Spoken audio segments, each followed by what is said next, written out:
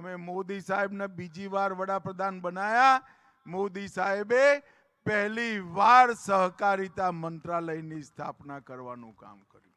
અને ભાઈઓ બહેનો, પહેલા સહકાર મંત્રી બનવાનું ભાગ્ય પણ મને મળ્યું. અને એ દિવસથી આજ સુધી સહકારિતા મંત્રાલયે 60થી વધુ પહેલ કરી છે.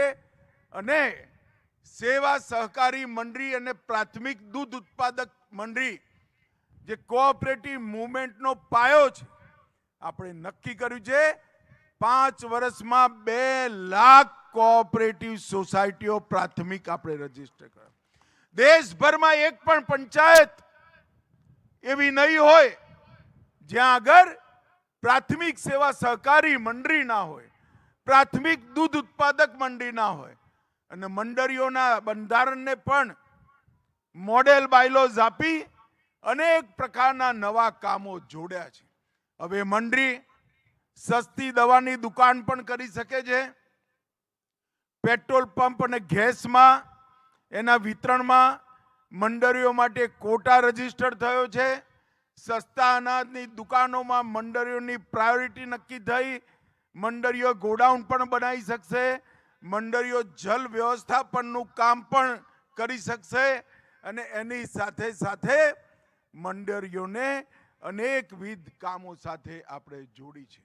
અને મિત્રો, જ્યાં સુધી મંડળી મજબૂત ના થાય ત્યાં સુધી બેંક મજબૂત ના થાય, સ્ટેટ બેંક મજબૂત ના થાય, જિલ્લાની ડેરી મજબૂત ના થાય, પ્રદેશની ડેરી મજબૂત ના થાય, ત્યાં સુધી સહકારિતા ચળવળ ચાલી જ ના શકે.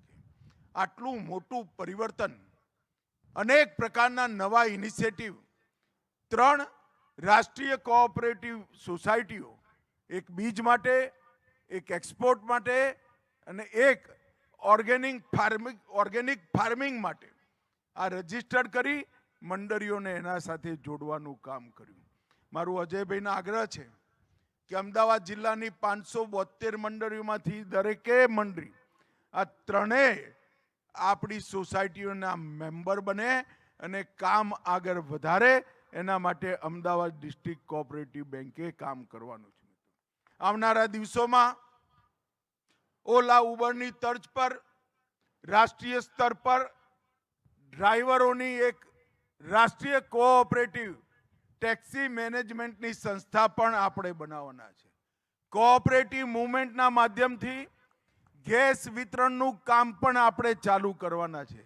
અને કોઓપરેટિવ મુવમેન્ટના માધ્યમથી ભારતના બીજ ઉત્પાદનમાં 25% હિસ્સો કોઓપરેટિવ ક્ષેત્રનો હોય એ પણ આપણે લક્ષ્ય નક્કી કર્યું છે. મિત્રો, કોઓપરેટિવનો ભવિષ્ય નરેન્દ્ર મોદીજીના નેતૃત્વમાં ઉજ્જવળ છે. અને અમદાવાદ ડિસ્ટ્રિક્ટ કોઓપરેટિવ બેંક જેવી સંસ્થાએ આગળ વધવાનું છે અને એમાં મોટું યોગદાન આપવાનું છે. અત્યારે આપણા ચેરમેન સાહેબ છે અજયભાઈ, એ કોબીના પણ ચેરમેન છે. આખા દેશની કોઓપરેટિવ બેંકોની જે મુખ્ય બેંક કહેવાય કોબીના ચેરમેન છે. થોડાક જ સમયમાં રાષ્ટ્રીય સ્તર પર ક્લિયરિંગની વ્યવસ્થા કોઓપરેટિવ બેંકની અલગ આપણે કોબીના માધ્યમથી કરવાનો નિર્ણય કર્યો છે. મિત્રો, અનેક સુધારાઓ જ્યારે આવતા હોય એ વખતે આપણે અમદાવાદ ડિસ્ટ્રિક્ટ કોઓપરેટિવ બેંકને વધુ રિલેવન્ટ બનાવી